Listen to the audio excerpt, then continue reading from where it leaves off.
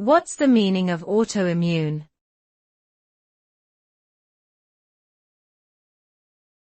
Autoimmune.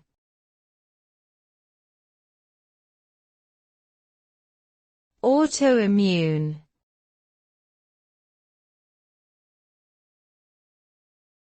Autoimmune.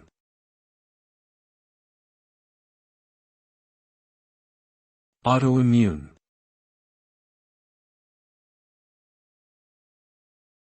Autoimmune refers to a condition in which the immune system mistakenly attacks and damages normal body tissues.